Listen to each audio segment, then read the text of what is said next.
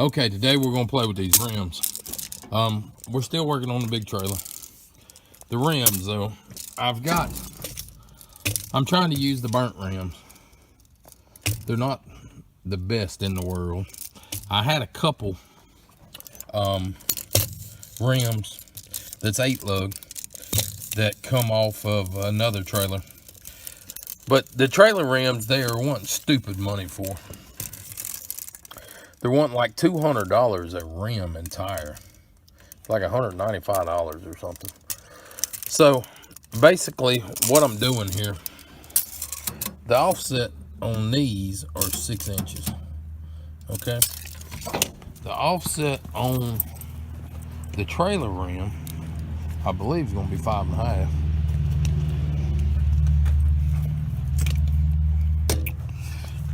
Let's just flip this down here.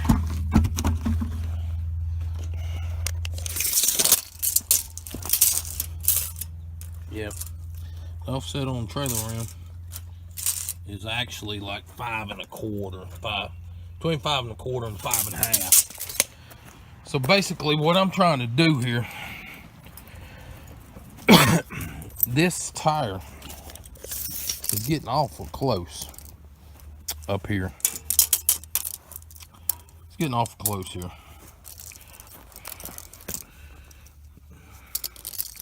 It looks like it's an inch over, but it's not. That's an optical illusion. But what we're going to do, we're going to go back here and let's say where the tread starts. I can't do that. Okay. Gonna get through there? No. Okay, we're gonna have to go somewhere here. Hell, I don't know. Looks like 7 inches. No, 6 inches to the back of the tire. Well, yeah, 6 inches to the back of the tire. That's what it looks like in real life here. The camera ain't really showing it that well, but 6 inches. Well, this axle over here is a little smaller, and it's actually 5 inches. So we need to push that wheel back that way an inch or so. And see, we got plenty of clearance everywhere to do what we need to do here. So I'm going to try it with these other rims. I think they'll do the trick. And I'll show you when I get them on here. Okay, here it is with new rims on it. I've got this one pushed back this way an inch from that one. That one I got pushed out that way an inch by the rims. So I've got a factory trailer rim on that one, and I've got a truck rim on this one, and it'll push them around so you can modify them to move them in or out your spacing. I'd like to find one of them that pushes it in another inch or so, but a regular truck rim will work on these 8 lugs. You have to do a little play in there, but it will fit on there.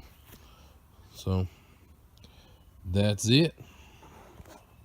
So I went and I bought this set of forks off of Facebook Marketplace. I went after these tires and I saw these forks.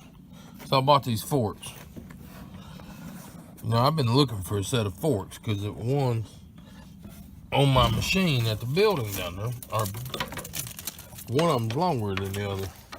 So it's hard to use. Well, that thing, them are the same size. They're like $400 for a set of forks. Guy sold me that set of forks for 30 bucks. I couldn't believe it. So, got me a set of forks. We're gonna get up underneath this trailer and finish the wiring on it. We got one more thing to wire up. That's what we're gonna do. Okay, basically I come in here and I just cut the sheathing and split it down the side. I got this blue wire out, and the blue wire's brakes. It's gonna go down there. Blue wire's brakes. It's gonna go down and hook to the brake. Also, I need a ground. I'm gonna show you something. If you don't have a pair of wire cutters and you need to cut a wire, see that? See if I can do this and show y'all.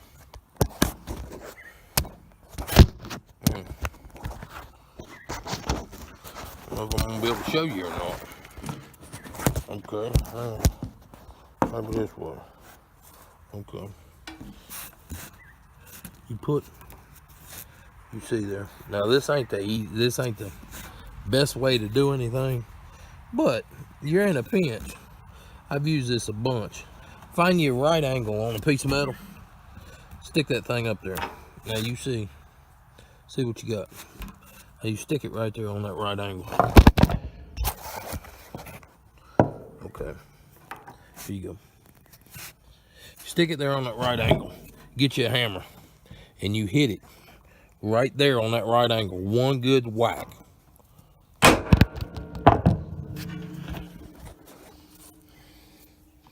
See what it did there? Cut that wire in half.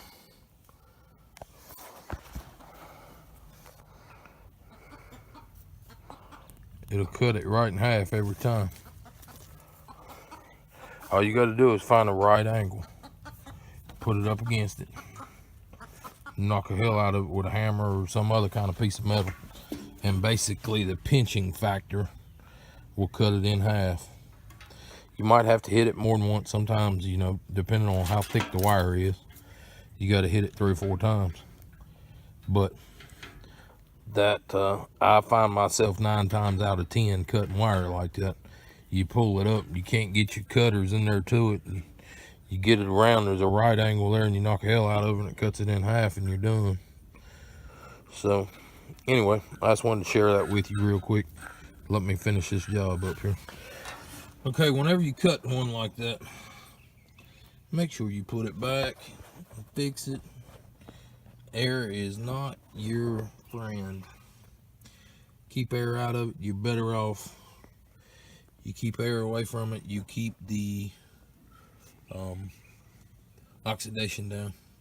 Keep the oxidation down, keep everything good for a while. Just tape it up good, get it right, get it tight, and get everything going. So I got that where it's going to look like it's factory there. Keep going that way and keeps going that way. Goes down there to all the lights, comes up, breaks off there for the brakes. So I'm gonna get down there and wire in the 2 wires, and then we'll be done with it. Okay, y'all, whenever I do brake wires on these trailers, I want to get that wire over here on the side, and then I tape it off way down low here. The reason for that is if these wires get up here and you get this thing loaded, which it's going to take 3 fingers to load it to where it's down on the axle. Okay, this frame hits this axle. These wires are up here, it'll just cut your wires off. So you get it down there on the side where the wires can't get there. You got 3 fingers there, okay? Now look up here. You got 3 fingers. You got 4 fingers. You got 5 fingers. You got 6 inches up there, and you got 3 inches down here. So you don't have to worry about it bottoming out or your tires touching.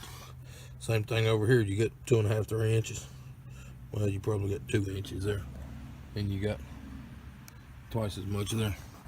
So you don't have to worry about it. But when you're doing these axles, these brakes, get them wires down. So in case you hit a chuck hole in that, comes all the way up and bottoms out, you're not going to cut your brake wires off. And then brake wires go through the tube and come out on this other side. So they're both hooked up now. But I've got all that hooked up. Now all we need is the last little bit of boards here, and we'll be ready to get a load of hay. My old lady is worried about how that's bent. That's the rub rail. That's the only thing she can find wrong that she don't like about this trailer, is that rub rail. So I'm gonna show you that rub rail ain't no big deal. A splitting wedge, put that in there. Okay.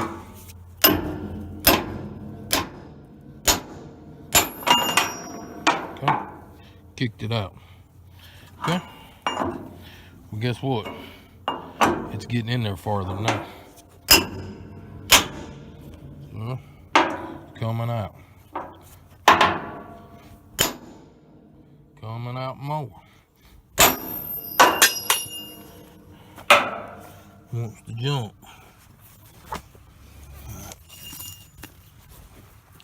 Well, guess what? It's going down in there deeper. I'll get back with you in a minute when I drive it on in there. So I'm gonna put one up from the bottom now. And I'm gonna put one down from the top. Because I got two of them. And we're gonna drive it in there again. Try to ease it out some more. And I got the Big Daddy out. Just to make driving a little easier. There she is. Straight enough for me. Now you can't tell it was bent in.